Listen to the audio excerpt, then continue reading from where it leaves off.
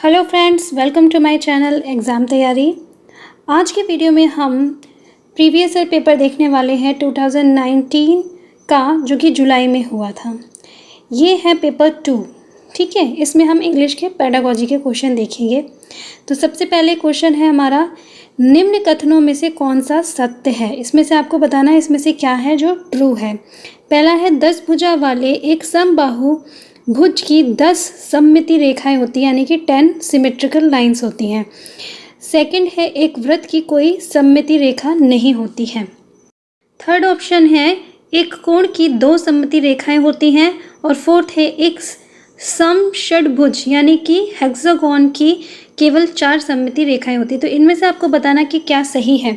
तो देखिए, second option है कि वृत्त की कोई सममिति रेखा नहीं होती। ऐसा नहीं है, आप किसी भी लाइन से खींचकर आप उसको क्या है 2 बराबर भागों में बांट सकते हैं। सिमेट्री का मतलब क्या है कि आप 2 बराबर भागों में बांट सकें, है ना। और अगर हम कोण की बात की जाए तो उसकी 2 नहीं होती, केवल एक ही होती है, जिससे हम उसे 2 बराबर भागों में बांट सकते हैं। तो इसमें पूछा गया कौन सा कथन सत्य है। तो हमारा जो पहला ऑप्शन है कि 10 भुजा वाले एक समबाहु त्रिभुज की 10 सममिति रेखाएं होती, ये बिल्कुल सही है, ठीक है। नेक्स्ट क्वेश्चन देखते हैं। गणित के संदर्भ में ग्रामीण क्षेत्र से विद्यालय में आने वाले बच्चों के लिए निम्न में से कौन सा कथन सही नहीं है। यानी जो बच्चे गांव से आते हैं उनके लिए इसमें से कौन सा जो बात है वो सही नहीं बोली गई है। पहला ऑप्शन है उनके पास मौखिक गणितीय परंपराओं और ज्ञान की प्रचुरता होती है। दूसरा, उन्हें गणित का कोई ज्ञान नहीं है। तीसरा, उनकी गणित में संचारण निपुणता निष्कृष्ट है। या चौथा, उन्हें विधिवत गणित सीखने की कोई आवश्यकता नहीं है क्योंकि वह उनके काम नहीं आएगी। तो चौथा तो बिल्कुल गलत है। तीसरी बात की गई है कि उनमें क्या है कि मैथमेटिकल कम्युनिकेशन जो पुअर होता है वो बात भी जो है वो हाँ ठीक है, उन उतना अच्छे से नहीं आता उन्हें। लेकिन यहाँ पूछा गया है कि बच्चे के निम्न में से कौन सा कथन सही है। तो पहला ऑप्शन हमारा बिल्कुल सही है कि उनके पास मौखिक गणितीय परंपराओं और ज्ञान की प्रचुरता होती है, क्योंकि उन्हें भले ही पढ़ा नहीं होता है लेकिन ओरली क्या है वो मैथमेटिक करते रहते हैं, चीज़ें बाहर से खरीदते हैं, लेने जाते हैं, तो ये उनकी बहुत अच्छी होती है चीज़, ठीक है। नेक्स्ट क्वेश्चन है, निम्नलिखित कथनों को पढ़िए। यहाँ पे 4 पॉइंट्स दिए, इनमें से आपको बताना है कि कौन सा कथन जो है वो सही है। अभिग्रहित प्रस्ताव है जिन्हें मान लिया जाता है। बी है अभिग्रहित विशेष प्रमेय है। सी है अभिग्रहित परिभाषाएं हैं। डी है अभिग्रहित को सिद्ध करने पर वह प्रमेय बन जाता है। अब ये 4 पॉइंट में से आपको बताना कि कौन से पॉइंट जो है वो सही हैं। तो हमारा ऑप्शन पहले में है कि ए और डी सही है, सेकंड में है कि केवल बी सही है, थर्ड में है केवल ए सही है, या चौथे में है ए और सी सही है। तो देखिए यहाँ पे जो हमारा आंसर होगा वो थर्ड होगा कि केवल ए सही है। ए में बोला गया है कि अभिग्रहित प्रस्ताव हैं जिन्हें मान लिया जाता है, ठीक है। हम इन्हें सिद्ध नहीं कर सकते, हम क्या करते हैं, इन्हें मान लेते हैं कि ऐसा है। नेक्स्ट क्वेश्चन देखते हैं। नेक्स्ट क्वेश्चन है हमारा, निम्नलिखित में से कौन सा कथन विद्यार्थियों द्वारा गणित में की गई अशुद्धियों के समसामयिक निरीक्षण पर प्रकाश नहीं डालता है। यानी कि कंटेम्पररी जो भी उसने गलतियां की हैं उन पर वो उनके निरीक्षण पर प्रकाश नहीं डालता है। पहला है वे अधिगम का हिस्सा हैं। दूसरा, वे जानकारी प्राप्त करने का मूल्यवान स्रोत हैं। तीसरा, वे अध्यापिका का उसकी कक्षाओं की आयोजन तैयार करने में मार्गदर्शन कर सकते हैं। और चौथा है उन्हें अनदेखा कर देना चाहिए। तो यहाँ बोला है कि अशुद्धियों के समसामयिक निरीक्षण पर प्रकाश नहीं डालता है, ठीक है। तो चौथा कि उन्हें अनदेखा कर देना चाहिए, ये हमारा सही आंसर होगा, ठीक है। सिंपल सा क्वेश्चन था ये, ज़्यादा कुछ इसमें नहीं था। नेक्स्ट क्वेश्चन देखते हैं। नेक्स्ट क्वेश्चन है हमारा, निम्नलिखित कथन या कथनों में से गणित के संदर्भ में कौन सा कथन जो है वो सही है। यानी क्या बात इसमें जो है पॉइंट्स ये इनमें से कौन सी बात जो है मैथ के लिए सही है। पहला है गणित एक उपकरण है। बी है गणित एक प्रकार की कला है। सी है गणित एक भाषा है। तो इन तीनों पॉइंट्स में से कौन से पॉइंट जो है वो सही है। तो देखिए गणित एक भाषा है, बिल्कुल सही, गणित की अपनी भाषा होती है, मैंने आपको बताया भी है। गणित एक प्रकार की कला है, ये भी बिल्कुल सही है। हर किसी को गणित नहीं आ सकता ना, जब तक वो उसे सीखेगा नहीं, क्योंकि क्या है, वो एक कला है और गणित एक उपकरण है, बिल्कुल गणित एक टूल है। तो ये तीनों ही बातें जो है बिल्कुल सही हैं, इसलिए हमारा ऑप्शन जो थर्ड है वो सही होगा, क्योंकि उसमें लिखा है ए, बी और सी जो है वो सही है। अब इस तरह के क्वेश्चन आप तभी कर सकते हैं जब आपको जो गणित के बारे में सब सारी चीज़ें पता हैं। तो इसके लिए आपको जो स्टार्टिंग के वीडियोस हैं मेरे, जिनमें मैंने डिटेल में बताया है गणित के बारे में, वो देखना ज़रूरी है। नेक्स्ट क्वेश्चन देखते हैं। यह सिद्ध करने के लिए कि √2 एक अपरिमेय संख्या है, एक अध्यापक यह मानकर शुरू करता है कि यह एक परिमेय संख्या है और आगे बढ़ते हुए सिद्ध करता है कि यह पुनरानुमान संभव नहीं है। यह उत्पत्ति निम्न विधि का उदाहरण है। यानी ऐसी कंडीशन है, अब आपको ये बताना है कि उसमें कौन सी विधि को उसने अपनाया है। पहला है निगमन, दूसरा है प्रतिवाद, तीसरा है सत्यापन या चौथा है आगमन। तो इसका सही आंसर है सेकंड, प्रतिवाद। कॉन्ट्राडिक्शन में क्या होता है कि हम पहले से चीज़ को मान लेते हैं किसी चीज़ को कि ये सही है और बाद में हम उसको प्रूव करते हैं कि सही नहीं है। ठीक है, नेक्स्ट क्वेश्चन देखते हैं। निम्नलिखित में से कौन सा कथन गणितीय अधिगम के वांछित मूल्यांकन अभ्यास पर प्रकाश डालता है?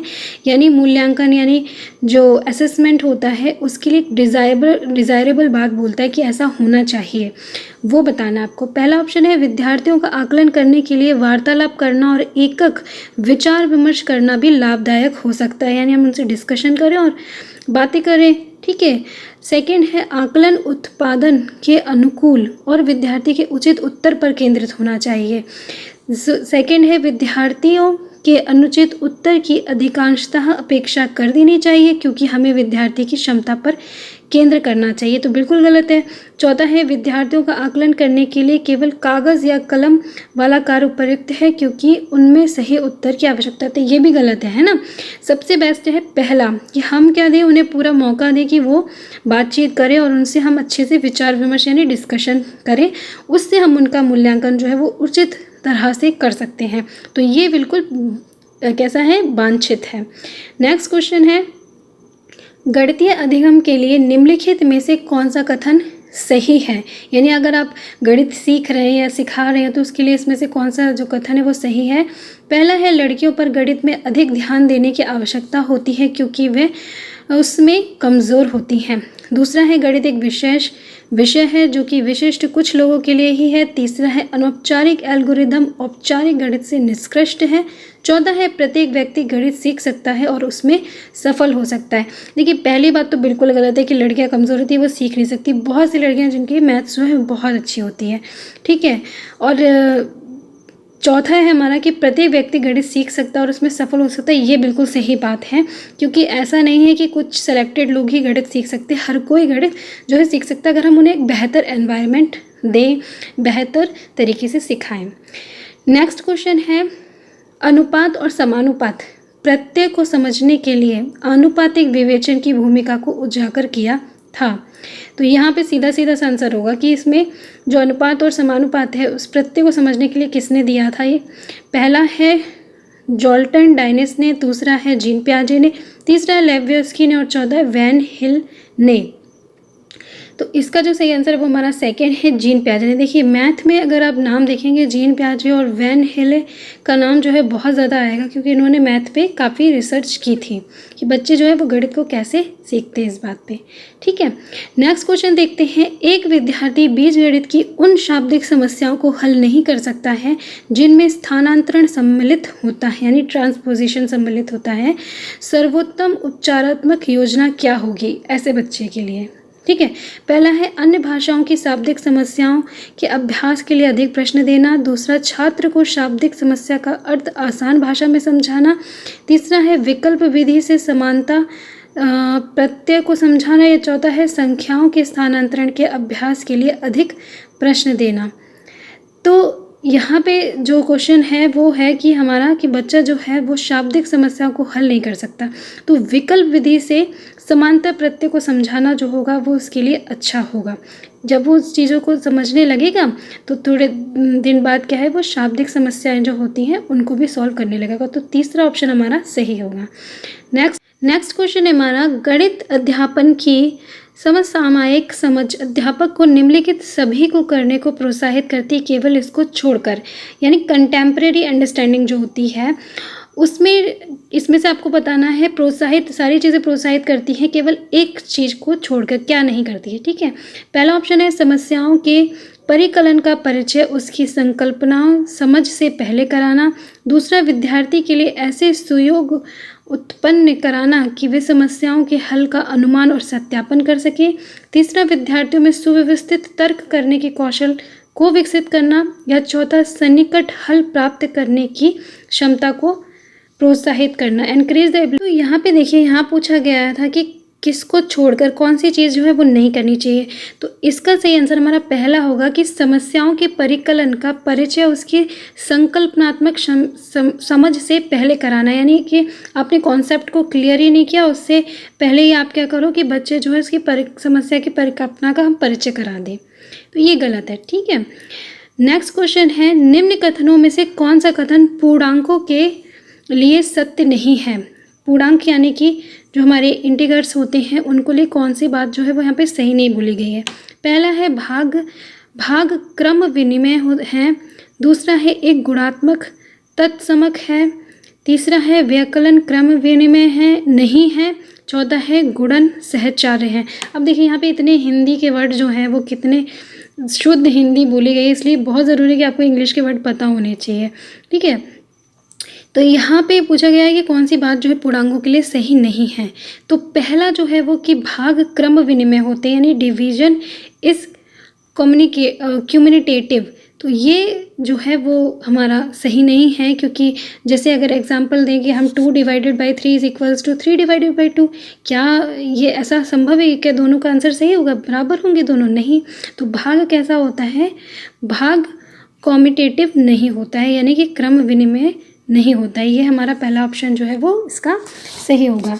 तो ये थे टोटल क्वेश्चन। अब देखिए इसमें 1-2 क्वेश्चन आगे पीछे थे, इसलिए आपको नंबर पे मत जाइएगा, लेकिन टोटल जो क्वेश्चन थे वो मैंने आपको करा दिया और बिल्कुल ऑफिशियल आंसर की से ही मैंने आपको आंसर बताए हैं। आई होप आप लोगों को अच्छे समझ में आए होंगे, और कोई डाउट होगा तो मुझे प्लीज़ बताइएगा कमेंट सेक्शन में। वीडियो अच्छा लगे तो प्लीज़ लाइक कीजिएगा। नेक्स्ट वीडियो में फिर से मिलती हूँ आपसे, तब तक के लिए बाय बाय।